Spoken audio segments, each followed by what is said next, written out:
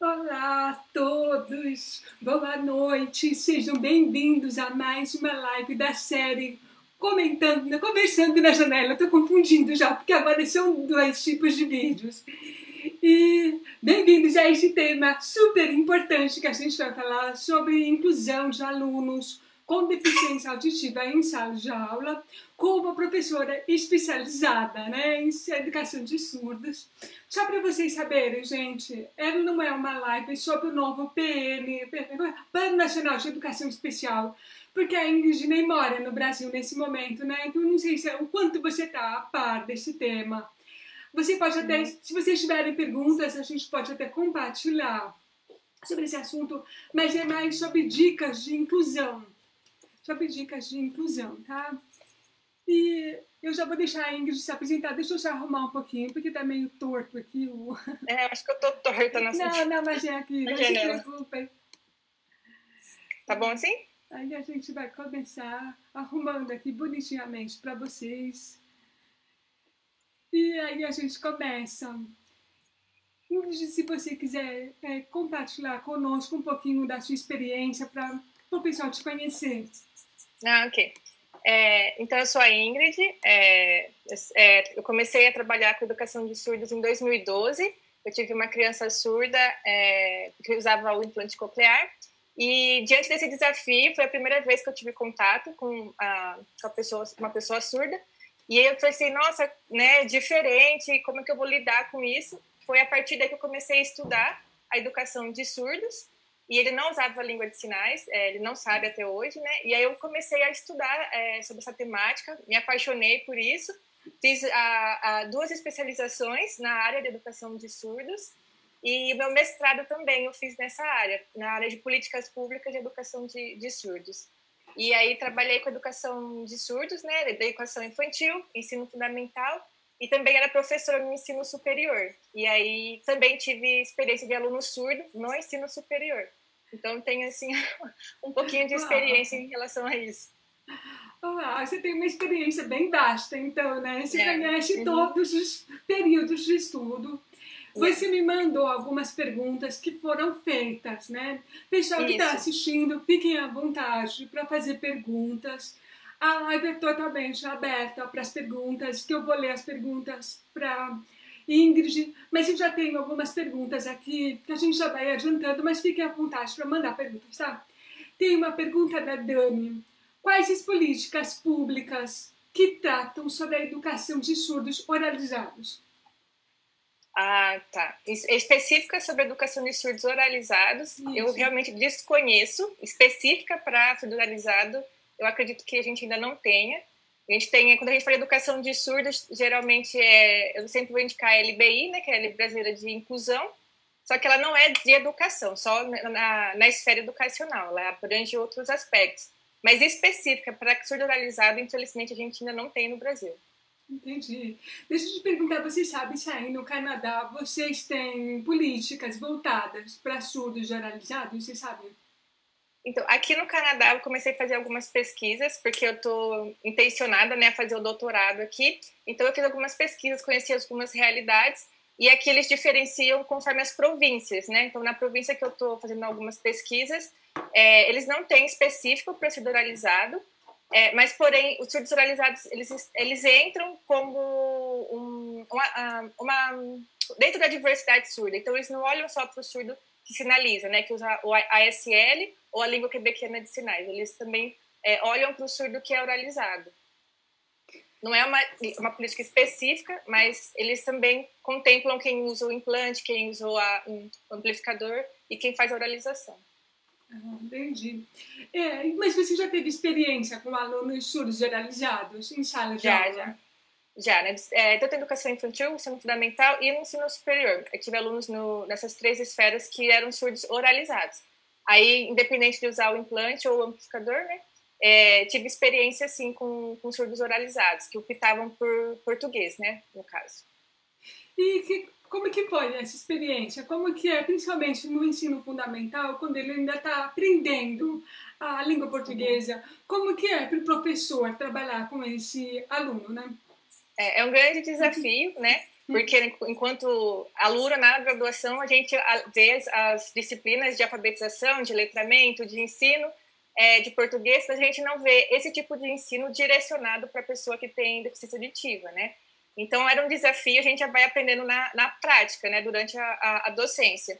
Então, assim, a gente tem que tomar, assim, várias cuidados, né, atenções diferenciadas para esse tipo de aluno, porque ele vai ter um pouco mais de dificuldade de compreender, né, de entender todo esse processo, mas a gente consegue usar ferramentas, atividades específicas, né, até conversar com a fono, que faz acompanhamento com essa criança, para direcionar o tipo de trabalho que o professor pode fazer. Excelente, isso leva à pergunta da Márcia. Qual o maior desafio que você enfrentou ao ser professora de surdos? Acredito que seja atender a diversidade surda, porque cada surdo é um surdo, então a gente tinha que fazer um planejamento meio que individual. Eu cheguei a ter 10 alunos surdos na sala, e a sala era sala inclusiva, então tinha esses 10 alunos surdos, mais em torno de 20, 18 alunos que não tinham deficiência auditiva.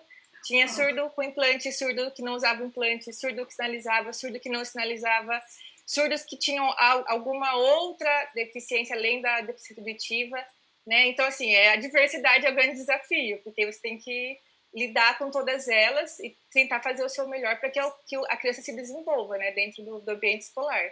Então, eu acho que enfrentar essa diversidade foi o maior desafio, mas também foi o que me deu mais experiência, né? Eu aprendi muito com cada aluno que eu lidei. Tem até uma pergunta da Fabi aqui, como que os professores ou as escolas podem incluir os surdos em ambiente escolar? Como que a gente pode ajudar? Considerando que ela não falou exatamente de qual perfil, eu acho que você podia falar um pouquinho dar umas pequenas dicas sobre cada um dos tipos de surdos, por favor. Bom, então, aí você quer que especifique, porque o surdo finalizante, muita gente acha que coloca o intérprete e já resolve, e isso não funciona desse jeito, é um outro esquema, né? Só para a gente começar, é um direito da criança já ter o intérprete, mas isso não vai resolver, né, a demanda do aluno. O aluno continua sendo do professor, e às vezes o professor não sabe língua de sinais, que pode ser uma dificuldade em lidar com esse tipo de aluno.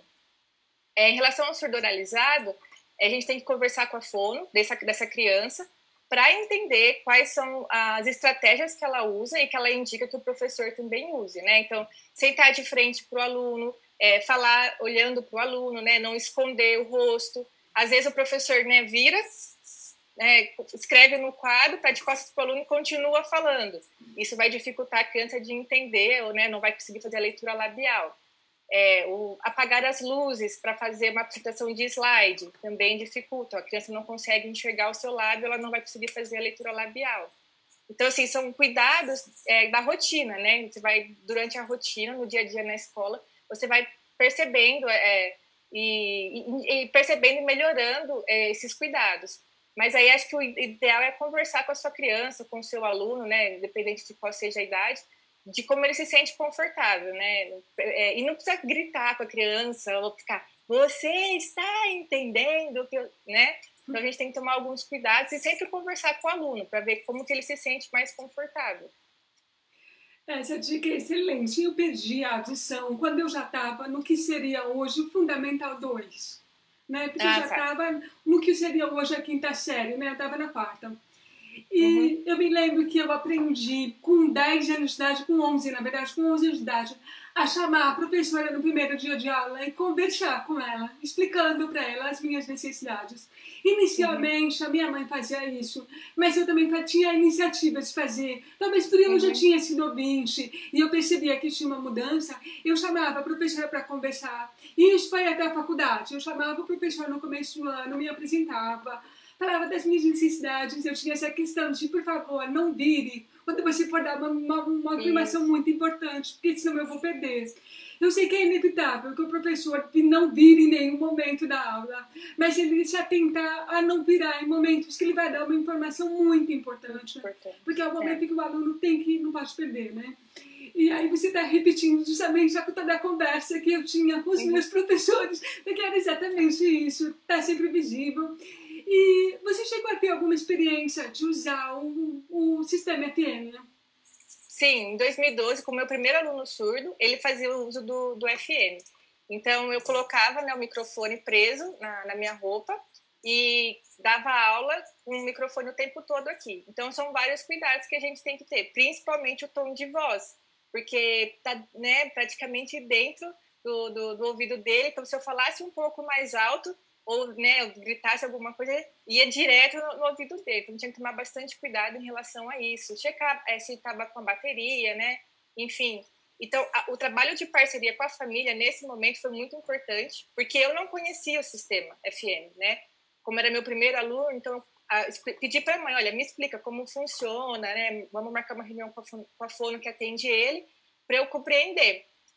Porque tem vários cuidados, né, em relação ao FM, mas principalmente esse, é o tom de voz, né, não ficar muito distante também por causa da frequência, né, de alcance, então está sempre meio próximo à criança e não falar muito alto. E manter o ritmo normal de fala, né, continuar a aula tranquilamente. Você acabou de dar uma dica muito importante, eu vou até repetir. Se por acaso tiver professores assistindo, que eles tenham um aluno que chegue com o sistema FM, para eles não tentarem adivinhar, né? Marcarem com os pais uma reunião, de repente, para eles explicarem como que funciona o sistema FM. O professor não é obrigado a ser adivinho, né? Ele pode perguntar para os pais ou para a fono da criança. Isso. Tem uma outra pergunta assim, uma menina se chama Renata e que ela está fazendo graduação em educação especial, né, licenciatura. E ela quer saber como explicar aos professores que existe diversidade dentro da surdez e quais seriam as adaptações necessárias para os alunos surdos oralizados. Tá.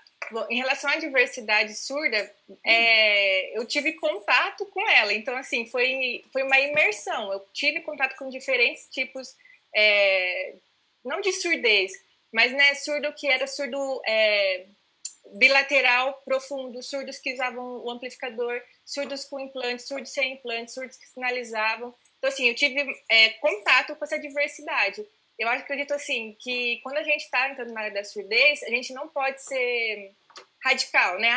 Vou defender a oralização e fechar os olhos para os outros tipos de comunicação, né? Então, assim, a gente tem que estar sempre aberto, porque a gente só vai aprender, né, se a gente conseguir entrar em contato com os diferentes tipos, né, que existem dentro da diversidade. E aí, em relação às adaptações, de novo, vai depender de como é o seu aluno, né? Um aluno que tem uma oralização que dá para compreender, um aluno que precisa trabalhar melhor a oralização, como que funciona esse entendimento do português para essa criança, qual é a idade da criança, qual o nível escolar. Então, assim, tudo depende muito de qual público que a gente está falando. A gente não pode falar assim, o surdo oralizado, e aí pôr numa caixinha e achar que a gente vai conseguir fazer de alguma forma uma receita ou um passo a passo e vai funcionar com todo mundo. Às vezes funciona com fulaninho, mas não funciona com ciclaninho, né? Então, a gente tem que analisar ali a realidade dessa criança.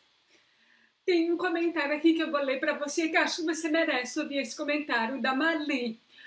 Você é muito importante na vida da Stephanie, eu acho que é uma aluna sua. A Stephanie, ela foi minha aluna no ensino superior. Que fofinha. Tá aqui comentando, acho que gostou de ler com meus elogios também, né? Você tem experiência em escola bilíngue? Quando eu fui concursada no Brasil, a gente trabalhava numa escola inclusiva e ela recebia o título de bilíngue, escola bilíngue, porque ela tinha a língua de sinais e o português dentro da escola.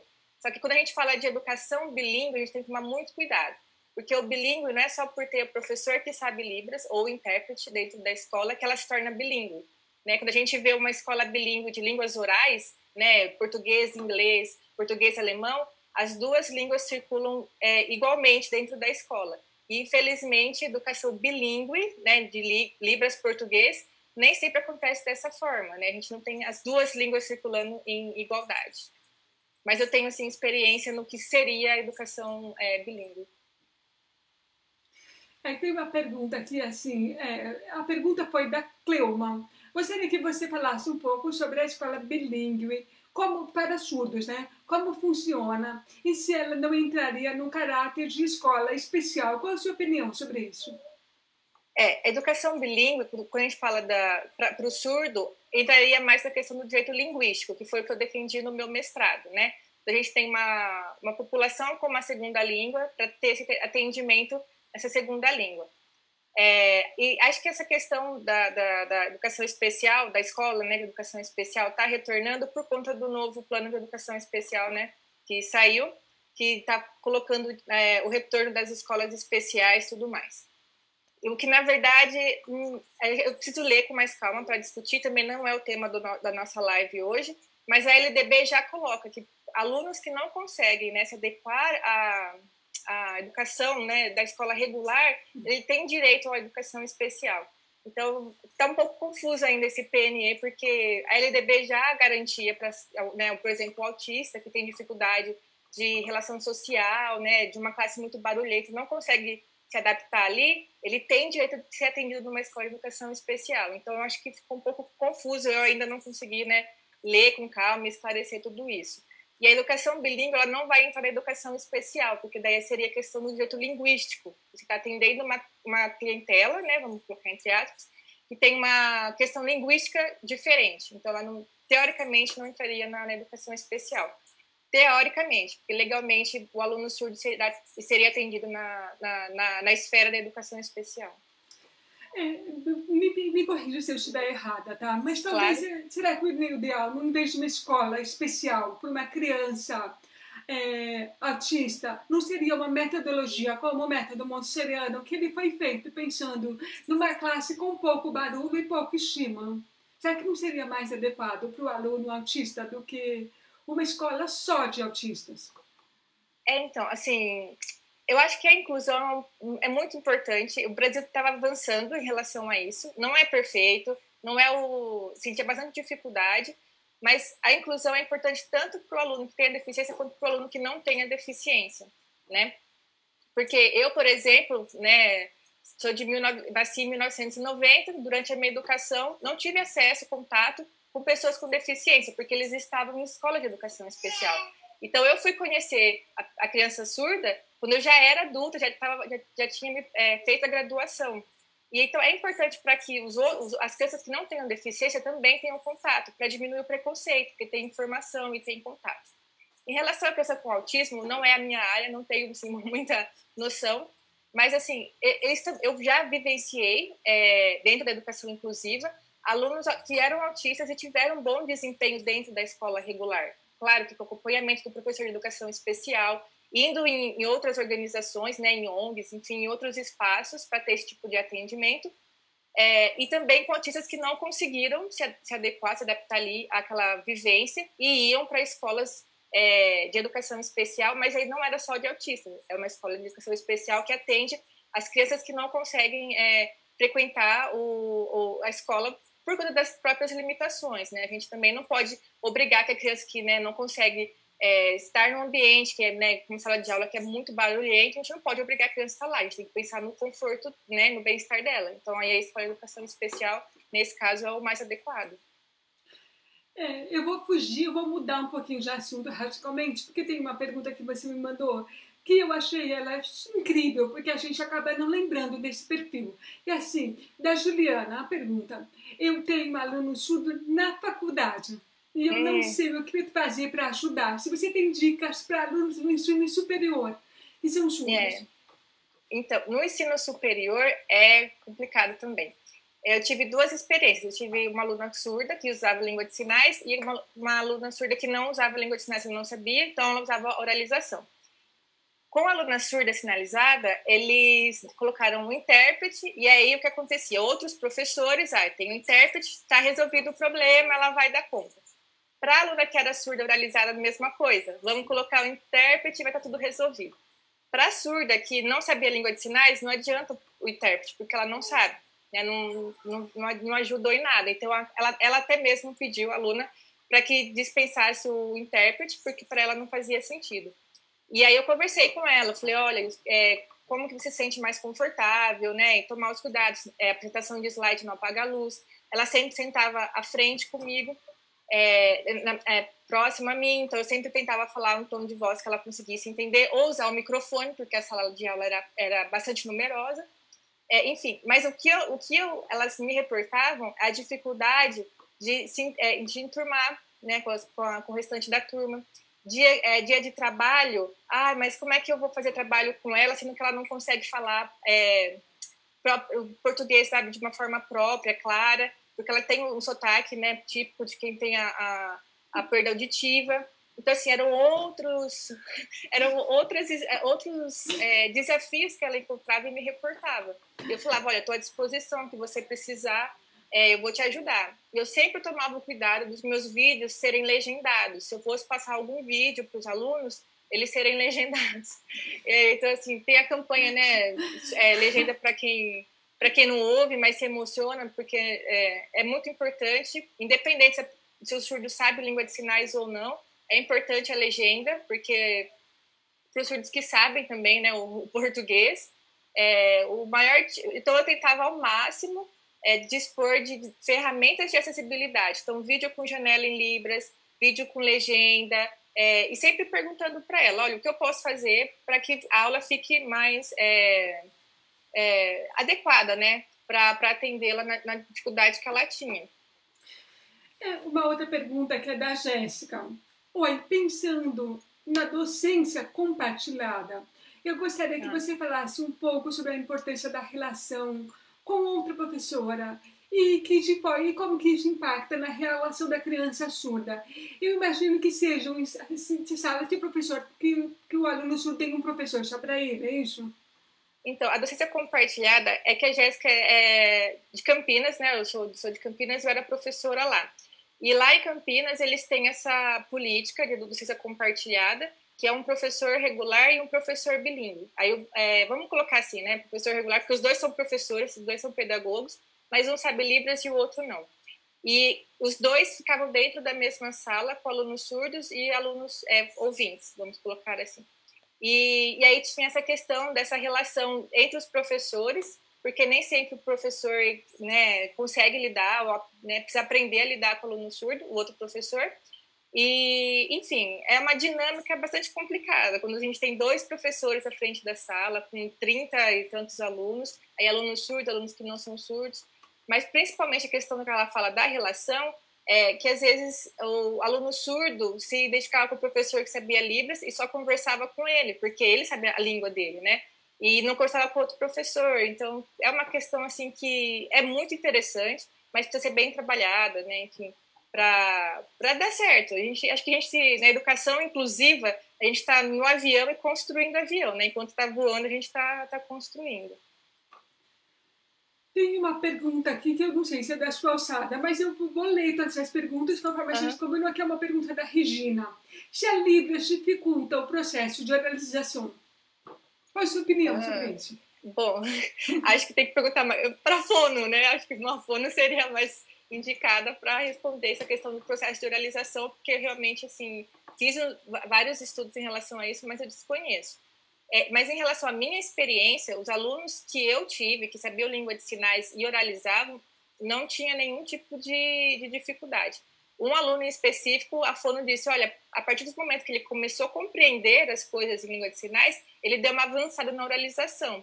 Então, eu não sei de onde vem essa ideia de que Libras impede oralização, de que oralização impede Libras, porque, na verdade, eu acho que não tem fundamento, né? Acho que quanto mais o aluno sabe, mais possibilidades ele tem, melhor. Então, e é uma escolha da criança, da pessoa surda, vamos colocar assim. Se ela quer oralizar, ela vai oralizar. Se ela não quer, ela não vai. Se ela quiser Libras, ela vai. Se ela não quiser, não vai. Não adianta a família impor, professor impor, especialista né, impor nada. Porque, no fim das contas, é uma decisão da pessoa surda e tem que ser respeitada. Será que você teria alguma sugestão para os pais que estão sofrendo com esse momento de pandemia em que as aulas estão sendo online? Se você tem alguma sugestão, porque, assim, tem crianças que têm muitas dificuldades de compreensão de áudio. É complicado, por conta, principalmente desse distanciamento do professor com o aluno, né? A gente não consegue conversar com a criança próximo e tal. E nem sempre a aula é pensada, voltada para o aluno com deficiência auditiva, né? Pensada para toda a sala, enfim. E acho que, assim, tem que conversar com a família e com a criança e ver o que pode ser feito. É difícil legendar, por exemplo, o material, demanda bastante tempo, mas é uma ação importante, colocar legenda para o material das crianças, se for vídeo, enfim. E principalmente a questão dos pais, né? Nem todos os pais têm essa sensibilidade de acompanhar, né? De fazer esse trabalho em parceria, o que é muito importante. Na minha experiência, os pais que trabalhavam em parceria com a Fono e comigo, né, enquanto professora, eles tinham um desenvolvimento muito, muito grande. E acho que essa pandemia, a dificuldade desse atendimento online, até para quem não tem nenhum tipo de deficiência, né? A gente foi assim, para os professores, eu imagino também, porque tem que construir material, preparar material e postar, aí tem hora, e tem que corrigir. E aí vai depender da idade da criança, né? Por exemplo, educação infantil. Como que a gente vai atender uma criança de educação infantil online? Né? É uma questão, assim, que vai dar muita pesquisa no futuro, eu acredito, porque foi uma situação que colocou todo mundo contra a parede, né? Professor, aluno, família, e todo mundo está aprendendo junto. Então, eu acho que o mais importante é conversar com a família, ver o que dá resultado, o que não dá. E, infelizmente, vai ser testando e errando, sabe? Errando e aprendendo com os erros e tentando corrigir. Eu concordo totalmente que esse momento pegou todo mundo de surpresa, né? Inclusive os professores, muito nem tinham experiências com a internet, porque não tinham tempo para isso. E magicamente tiveram que descobrir como mexer em plataformas diferentes de um profissional que sempre trabalhou conectado. Meu caso, por exemplo, né? Tem uma outra pergunta que é da Joyce. Qual o melhor método para incluir o surdo no ambiente escolar? Nossa, eu acho que não existe um método, né? Se existisse, né, alguém já tinha descoberto ele, estava rico. Nós não temos. Eu acho que quando a gente fala de educação de surdos, é respeitar a diversidade e estudar muito. A gente tem que estudar os tipos de diversidade, né? Então, a criança sinalizada não precisa ser fluente em língua de sinais, mas minimamente entender como funciona a língua de sinais, trabalhar um pouco com isso. Se tiver o intérprete em sala de aula, conversar com o intérprete, preparar material antes com ele. A questão da criança oralizada, sempre conversar com a fono, qual que é as estratégias que ela utiliza, que podem ser também utilizadas dentro de sala de aula. O professor não é fono, né? A gente não tem que fazer fonoterapia dentro de sala de aula, mas acho que as estratégias que a fono utiliza podem sim ajudar, né? Porque ela conhece todo o processo de oralização dessa criança, né? De fala, de compreensão também. E aí, de novo, aqueles cuidados, né? Conversar com a criança, estar próxima, não apagar a luz. Se a criança faz leitura labial, ficar próxima a ela.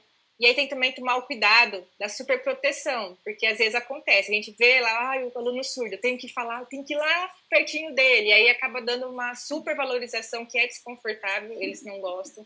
Principalmente os adolescentes, esse negócio de sentar perto da professora, né, eles não querem nem saber, não quer ficar perto da professora, né, e eles não gostam desse tipo de atenção também, né, a professora tá aqui só porque eu não escuto direito, a professora tá aqui por causa disso ou daquilo, eles não gostam, então a gente, assim, vai depender de cada realidade, então não tem um método, né, eu acho que o método é estudar e conversar com a família, com os profissionais que atendem essa criança, e também lembrar que o aluno não é só do professor, né? O aluno é da escola.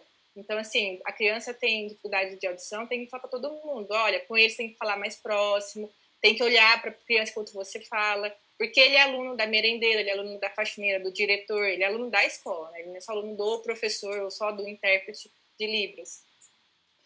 Você falou uma coisa que é verdade. Eu acho que o sonho de todo adolescente surdo oralizado, principalmente implantado, é sentar no fundo da sala.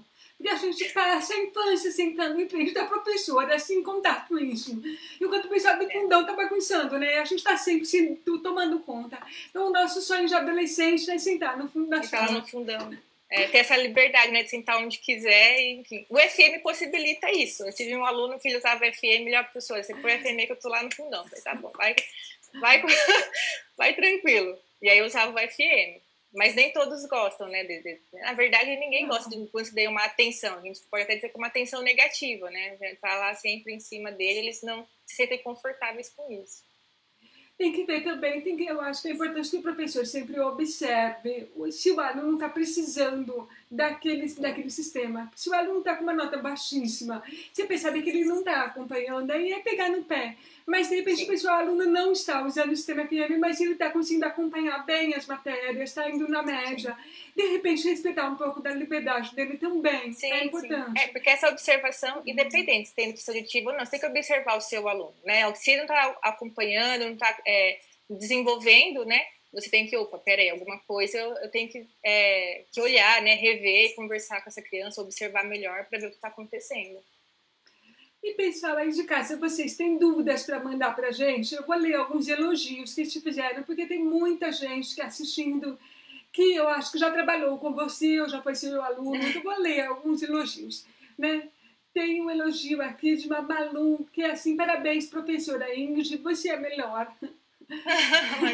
Tem outra da Samara, que é a Ingrid maravilhosa. Da Stephanie, você é incrível, importante conhecimento como uma aluna surda. Tem da Débora também, parabéns, Ingrid. Foi muito importante nos anos iniciais do Tiller. É assim que se pronuncia? Tyler. Tem um da Jacinara, que é porque ela trabalhou em parceria com a Ingrid na escola bilíngue. Excelente profissional e uma parceira maravilhosa, e que ela morre de saudade de você. Ai, morro de saudade delas também. A Rosana também fala que você é uma professora maravilhosa, extremamente dedicada. E agora tem uma pergunta que eu pedi para o pessoal fazer perguntas, né? Que eu abri para as perguntas. A própria que é da Silvia. A Silvia tem 2 filhos surdos implantados, que eles têm, não mais na pronúncia, mas o mais velho ele está com algumas dificuldades em sala de aula. E aí, assim, a professora não é fono, mas poderia optar por uma didática de consciência fonológica. Bom, a questão do professor não é fono é fechado, né? O professor não faz a fonoterapia, mas, de novo, pode conversar com a fono e perguntar, olha, qual é a melhor estratégia com essa criança? Então, com certeza, a fono vai indicar. Se é a questão da consciência fonológica, se ele vai ter uma compreensão melhor a partir disso, por que não usar? Né? Então, o professor, sim, porque daí a consciência fonológica, ele vai, se ele conseguir compreender, ele vai conseguir desenvolver, né, a fala e principalmente leitura e escrita, né, após isso. Então é importante, não é fono, mas pode conversar com a fono e pode ver uma estratégia que vai atender bem esse aluno. E aí é legal você falar essa questão das estratégias, porque a gente ouve muito na área da surdez a tal da pedagogia visual. Até vou colocar assim, porque tem que tomar muito cuidado. Porque o professor fala assim, eu vou dar uma aula, eu vou colocar um monte de imagem, porque daí o surdo ele vai entender. Então vamos com calma. É sim muito importante essa questão do visual. Ele tem uma experiência visual diferente das pessoas que não têm deficiência auditiva, mas não é milagre, né? Não é porque você colocou uma foto lá que ele vai entender o que você está falando, vai compreender tudo. Tem que ser muito criteriosa, porque às vezes a gente põe uma foto e a foto nem parece com o que a gente o assunto que a gente quer tratar, né? Então, pedagogia visual, de novo, é muito útil, mas tem que ser muito criteriosa, tomar muito cuidado com o tipo de material que a gente vai desenvolver para as crianças. E uma das dificuldades, né, agora lembrando a pergunta que eu tive, foi em relação a material. A gente não tem material produzido, né, feito para atender a diversidade surda, então o professor tem que produzir o próprio material, na maioria das vezes. Eu, por exemplo, tive muita dificuldade em encontrar livros, né, didáticos, paradidáticos, enfim, que atendessem os meus alunos. Então, a maioria do tempo, eu produzia meu próprio material. Eu vou te perguntar uma coisa que não tem tanto a ver da estratégia do professor com o aluno surdo, mas o que você indica para o professor que ele tem um aluno surdo em sala de aula, para ele trabalhar o resto da classe, para poder trabalhar a inclusão da sala de aula? Se você tem dica nesse sentido para os outros alunos. Então, principalmente conversa, eu acho que o diálogo com os outros alunos, porque os alunos surdos, eles sofrem bastante bullying, né? Acho que bullying, na verdade, acho que é o mal do século escolar, né? Infelizmente. Mas esse bullying acontece porque eles não têm contato. Então, no começo, é o diferente. Então, o diferente vai chamar a atenção, o diferente vai ser o alvo, né, do bullying. Então, assim, muito, muito diálogo, mostrar vídeos, livros, literatura surda, daí vai entrar lá, né, Lobato, com os livros dela, ler para as crianças, tanto as crianças surdas como as crianças que não são surdas. A gente tem a literatura surda, é um campo de pesquisa. Então, a gente tem a literatura surda dos surdos sinalizantes. Então, por exemplo, tem a Cinderela surda, que, em vez de perder a sapatinha, ela perde a luva. Porque, para a criança surda que sinaliza, ela conversa com as mãos, né? Então, é um estilo de literatura surda. Os livros que você coloca. Também é importante para a criança se ver naquilo. E também é importante para que as outras crianças que não são surdas também entendam e vejam a questão da criança surda. Então, ele vai ter outras dificuldades, né, diferente dele, mas que pode conviver tranquilamente, dá para ser amigo, dá para conversar, dá para brincar junto. E criança, na verdade, ela não tem muito preconceito. Então, na hora de brincar, brinca com todo mundo. Mas a gente acho que a sociedade, né, a nossa cultura vai colocando alguns preconceitos, né, durante aí enquanto a criança cresce. E acho que o maior combate ao preconceito é a informação. Então, conversa com as crianças, faz roda de conversa, faz atividade, mistura os alunos, né? Então, surdos com os que não são surdos, faz atividade junto, teatro, enfim.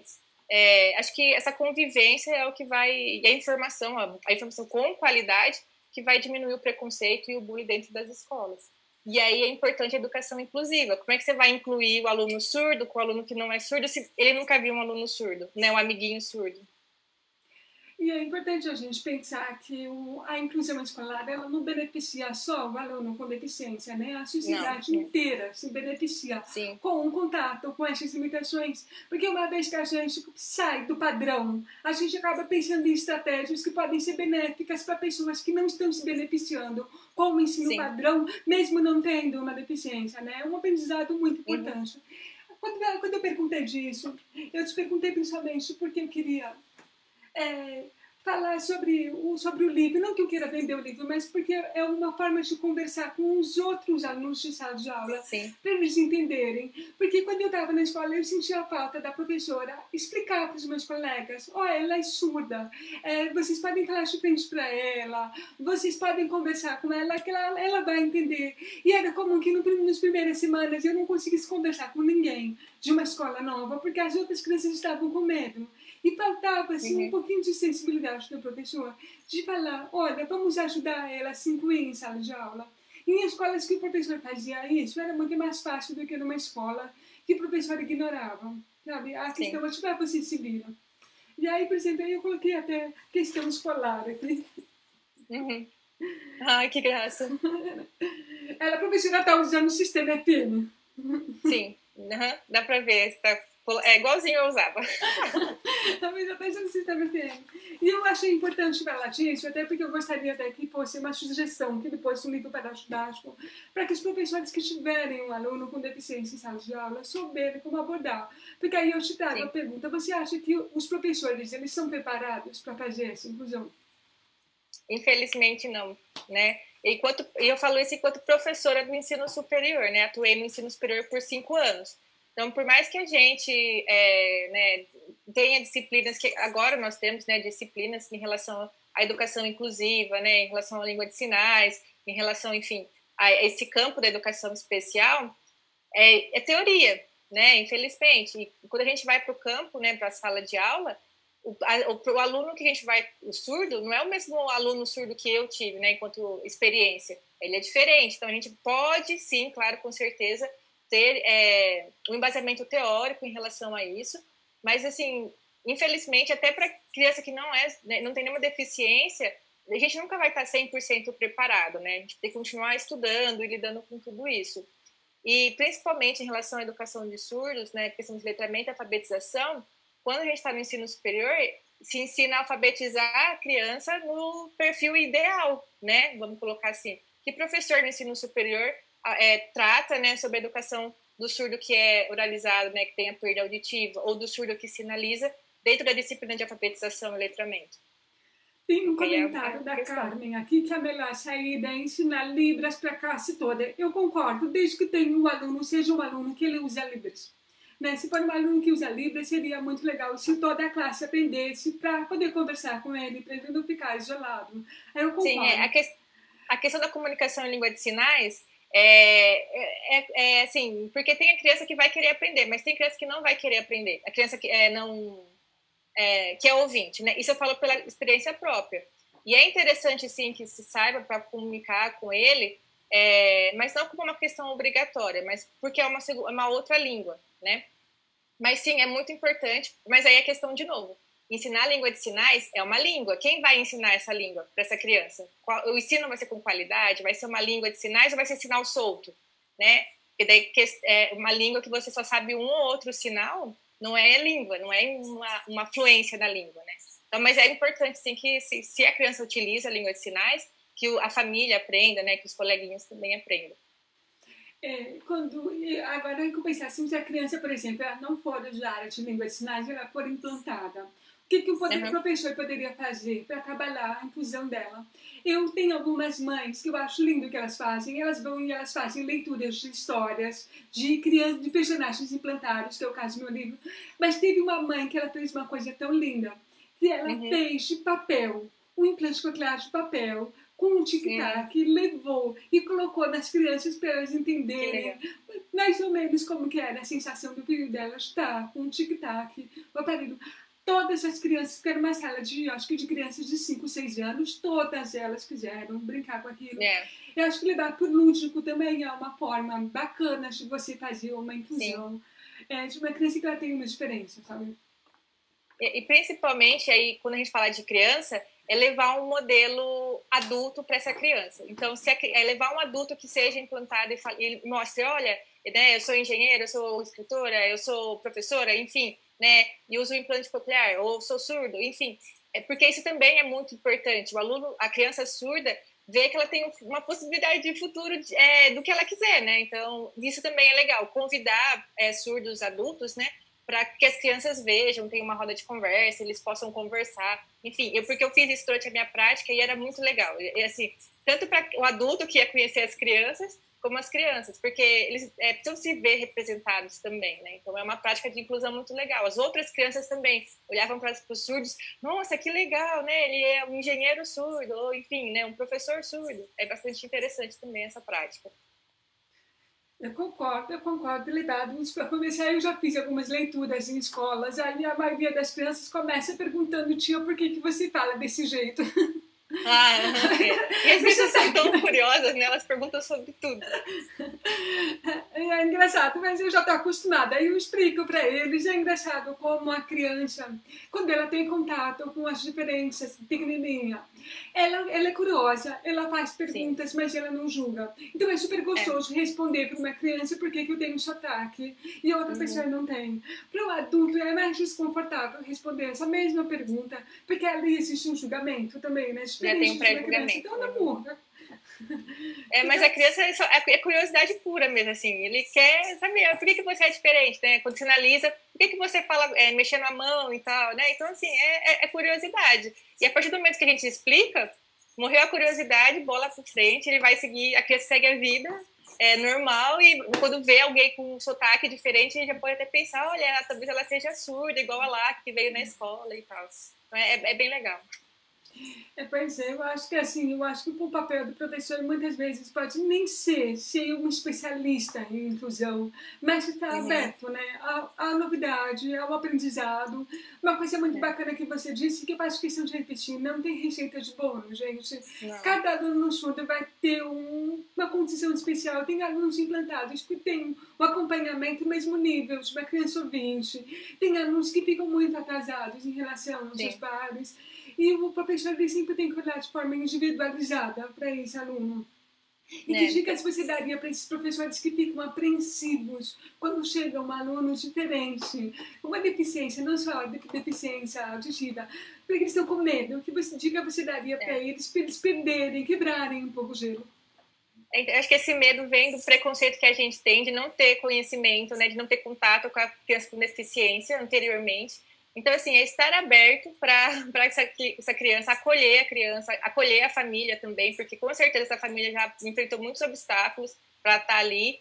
E aí o professor, novamente, ser um porto seguro mesmo, que acolhe essa criança, acolhe essa família. E estude muito, porque não tem receita de bolo mesmo, não tem milagre também. É estudar. Professor, a gente acha que estuda a vida inteira, né? Então, porque a cada ano a gente vê diferentes tipos de deficiências também que estão surgindo, né? Síndromes, transtornos, enfim. Então, não pode parar de estudar. tem que sempre estudar. E eu acho que muito importante é o que a gente está fazendo aqui, troca de experiência. Então, conversa com algum professor que já trabalhou com autista, algum professor que trabalhou com cego, né, com outros tipos de deficiência. Eu, por exemplo, tenho bastante experiência em educação de surdos.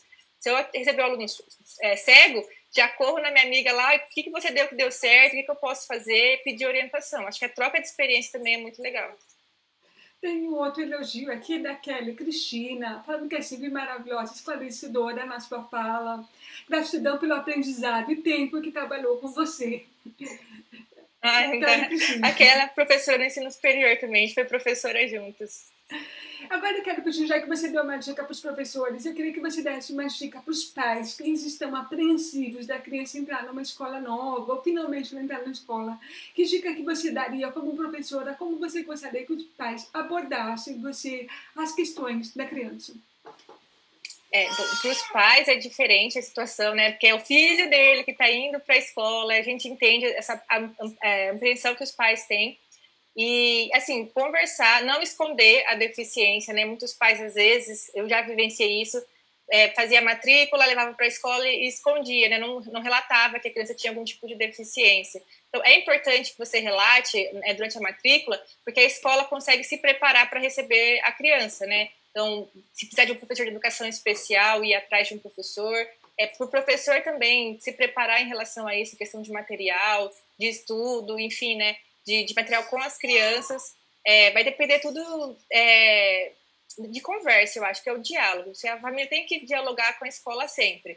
E se está se sentindo desconfortável também, se está se sentindo confortável, enfim, independente da situação, eu acho que sempre é importante o diálogo entre a escola e a família. Né? Ambos os lados estão abertos para o diálogo. Porque eu imagino, é difícil mesmo. Você vai colocar a criança lá e a gente não sabe como que os outros alunos vão reagir, como que a escola vai aceitar isso, né? Como que vai acolher essa criança. E, então, assim, não tenha medo de conversar. Eu sempre coloco que o diálogo tem que estar acima. Então, olha, meu filho tem essas limitações. Não esconder, colocar. Ele precisa de ajuda nisso, aquilo. Enfim, conversar com o professor, ou com a direção, né, coordenação, enfim, e não esconder, colocar e conversar mesmo. Acho que o diálogo é a base de tudo, assim, dentro da educação. Sem o diálogo, a gente não consegue trabalhar. Eu acredito assim. Pessoal, para vocês entenderem por que eu convidei a Ingrid para fazer uma live, ela me mandou um texto maravilhoso que eu vou publicar amanhã no meu blog, com uma série de dicas especiais para pais, que ela fez um texto lindo para mim. E eu estava aguardando para a gente publicar bem pertinho do dia do professor, porque é um presente para as famílias, para os professores, porque esse texto maravilhoso. E ele vai para o ar amanhã. Mas eu te convidei porque eu acho que você tem dicas muito boas. E teve uma dica que eu achei maravilhosa, que é você assim, você falou assim, para o professor sempre respeitar o que os pais falam, né? O professor não atropelar o papel dos pais, porque a professora não é mãe. Mas, ao mesmo tempo, a professora é a pessoa que mais está em contato com a criança. Então, você acha importante essa troca do professor e da família durante um ano letivo para encontrar o melhor caminho para cada criança? Sim, é muito importante que tenha essa conexão da família com a escola, porque quando a escola vai, né, trabalhar com a criança, vai ficar 4, 5, dependendo da idade, 6 horas dentro da escola com o professor. Então, é sim importante que essa família converse com o professor e coloque as suas angústias, enfim, e o professor também dê o retorno, olha, isso está funcionando, isso não está. Seria interessante que você buscasse esse caminho, aquele. Então, o professor, enquanto acolhedor e orientação também, orientar a família, olha, você já ouviu falar sobre isso? Você já ouviu falar sobre essa instituição? Dar outras opções também, que às vezes as famílias não têm conhecimento, né? E você, enquanto professor, dentro do ensino educacional, você conhece, olha, essa instituição trabalha com educação de surdos, eles oferecem fonoterapia gratuita, ou, enfim, ensino de língua de sinais gratuito. Então, é importante também que o professor converse. E aí, eu enquanto professora, fazia também o quê? Colocava as famílias de crianças surdas para conversar entre si. Porque elas vinham e me perguntavam assim, você acha que o implante dá certo? Olha, não posso falar sobre se dá certo ou não, a minha opinião pessoal, porque eu não sou usuário do implante. Então, o que eu posso te dizer é converse com essa família que tem uma criança implantada e converse com ela, porque ela vai saber as dificuldades, os obstáculos, os dilemas, tudo que ela enfrentou. E eu não vou ter essa informação. Você acha que língua de sinais é o ideal? Olha, de novo, conversa com essa família. Ela tem uma criança surda que foi sinalizada. Ela vai saber melhor te indicar do que eu. Então, até essa indicação de conversa entre famílias, de realidades, essa troca de experiência, é muito interessante que o professor também indique, né? Se ele tiver esse tipo de acesso. Perfeito. Eu acho que a opinião é essa mesmo. Eu acho que o professor ele tem muito contato com a criança e ele também pode observar. Eu acho que vale a pena essa troca. E tanto da professora, o professor respeitar a decisão dos pais, a escolha dos pais, como também sugerir alternativas, que eles busquem caminhos alternativos, observando as necessidades da criança. Eu acho super importante a gente reforçar o valor da troca do professor, da escola com a família. Sim. Né? Deixa eu te perguntar uma coisa. Depois que já ouviu falar sobre, eu não me lembro o termo exato, mas é um plano individual de educação que está previsto na Lei Brasileira de Inclusão. Você sabe alguma coisa a respeito disso? Então, esse plano é o plano de individual, ele é utilizado mais no AEE, que é o Atendimento à Educação Especial. Isso. Então, quando a criança está em atendimento no AE, o professor ele tem que ter um plano para fazer o atendimento individual. E aí não é só da criança surda, é de qualquer criança que tenha deficiência ou algum tipo de dificuldade, né, algum tipo de transtorno, que precise do atendimento educacional especializado. Aí ele vai ter um plano que o professor vai trabalhar individualizado. Mas geralmente é no contraturno, não é durante as aulas. Então o aluno vai de manhã para a escola, à tarde vai para o AE, e no AE o professor tem esse acompanhamento individual. Aí sim tem que ter esse tipo de planejamento. Me corrigindo aqui que é PNI, plano. O que significa PNI? A pessoa, a Polly falou, que é o da atendimento especial, mas na verdade é que eu fiz uma live com uma pessoa especializada em educação inclusiva e ela falou que mesmo o aluno sem deficiência, ele tem direito a um plano individual, de um currículo individualizado, caso ele tenha alguma questão, alguma dificuldade específica. Dentro da inclusão, o PNI, né, dentro do AE, ele sim é obrigatório, tem que ter um planejamento individual lá.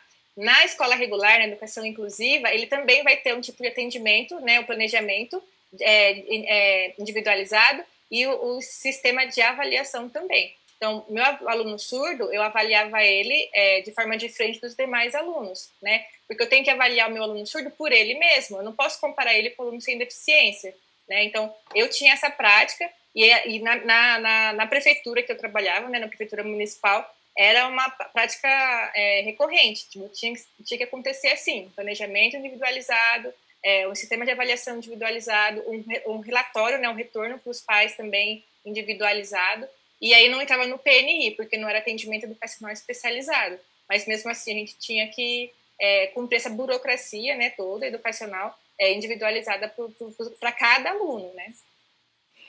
A Polly me explicou o que é PNI, é Plano Nacional de Desenvolvimento Individual, que mesmo o aluno sem deficiência ele tem direito a isso, caso Sim. seja necessário, por algum motivo. Uma criança com dislexia, por exemplo, ela poderia ter direito a um atendimento especializado. Sim, se ele apresentar alguma dificuldade, porque o que a gente tem no nosso sistema, né, no sistema brasileiro, são muitas crianças sem diagnóstico. E aí, se a criança não tem diagnóstico, ela, teoricamente, não pode receber o atendimento especializado.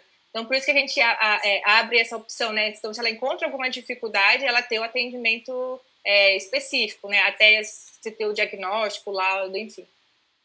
A Polly me corrigiu que é para qualquer aluno com qualquer deficiência, até o tipo de avaliar é específico. Perfeito. Muito obrigada por essa informação, até porque as pessoas me perguntam isso, eu me perco um pouco. Então é isso, gente. A gente já tem quase 1 hora de live. Se vocês quiserem fazer uma última pergunta, fiquem à vontade para a gente poder encerrar aqui. Eu vou colocar para vocês que amanhã vai ter um texto fantástico com várias dicas que vocês podem até imprimir e levar para a escola, se for o caso. Porque são sugestões muito boas que a Ingrid fez especialmente para o blog, um texto lindo. E eu acho que é importante que as pessoas saibam que, não tem receita de bolo para aluno nenhum, ainda mais para aluno com deficiência. Vai sempre ter um olhar individualizado para ele, para que ele consiga aprender de acordo com as condições dele. 2, a interação da família com a escola é importantíssima, né? Porque não tem como a professora adivinhar todas as necessidades do aluno se não for passado para ela, para o professor. E 3, o professor, ele tem que estar aberto ao aprendizado, né? Porque vai chegar um aluno lá que pode precisar de um critério sempre diferente para ele, ou que ele precisa de uma língua totalmente nova, que ela ensinasse. Então, isso são as dicas. Se você quiser dar umas últimas dicas, porque o povo só está agradecendo aqui, eu acho que a gente esclareceu todas as dúvidas do pessoal. Assim, minhas dicas são em relação à minha experiência, né? Não é nenhuma receita de bolo, não precisa seguir o que eu tô falando. É assim, mais divulgar a minha experiência, porque às vezes a gente tem algum professor que tá vivendo alguma situação parecida e, ai meu Deus, não sei o que fazer, né? E aí eu fico à disposição lá, que sempre que você precisar, né? Pode conversar comigo. As pessoas também, se quiser mandar dúvidas posteriores, pode entrar em contato comigo, não, sem problema nenhum. Estou aberta à troca de experiência, que eu acho que é super válido. Todo mundo, né, consegue trocar experiências e crescer junto. Pessoal, eu vou colocar o link do perfil da Ingrid aqui na página do Desculpe Não Ouvir. Vou fazer um linkzinho para o pessoal poder te visitar lá e poder te adicionar se quiser. Amanhã eu vou colocar o texto, porque eu vou ler, que vale muito a pena. Essa live vai estar disponível para quem quiser compartilhar, para ver, ela fica salva no Facebook. Eu vou subir ela no YouTube também, se você quiser compartilhar. Eu vou tentar subir ela no Instagram, mas eu não prometo, porque às vezes eu deixo, às vezes não. E é isso, gente. Obrigada por quem participou conosco, por quem assistiu, e obrigada pelo aprendizado maravilhoso. Obrigada pela oportunidade. Eu agradeço muito o convite, gostei demais. Tem um último pedido para você. O que você falaria para tranquilizar as mães de crianças surdas que estão ansiosas com o aprendizado? Você podia dar uma mensagem final. Tá, eu acho que assim, fique tranquila, né? A gente sabe que vai ser uma situação diferente, né? Vai ser uma vivência diferente, mas não vai impedir o seu filho de nada. Ele vai crescer, ele vai desenvolver. E, assim, dê suporte, né? Também pesquise bastante sobre isso, outras diferentes opiniões, diferentes sugestões, e pense sempre no que é melhor para ele, vai dar tudo certo, e surdez não é impedimento para nada, nada, nada, nada. Ele vai ser capaz de fazer tudo o que ele quiser. E eu vou encerrar fazendo um pedido para as pessoas. Acreditem na inclusão. O aluno surdo que convive com o aluno ouvinte, ele é um aprendizado para todo mundo. Eu sei disso porque eu estudei em escola regular. E eu sei que todo mundo aprendeu comigo, porque eu sou convencida. Mas com certeza, eles aprenderam. É isso, gente. Beijinhos, Janores, e até a próxima live. Tchau, tchau.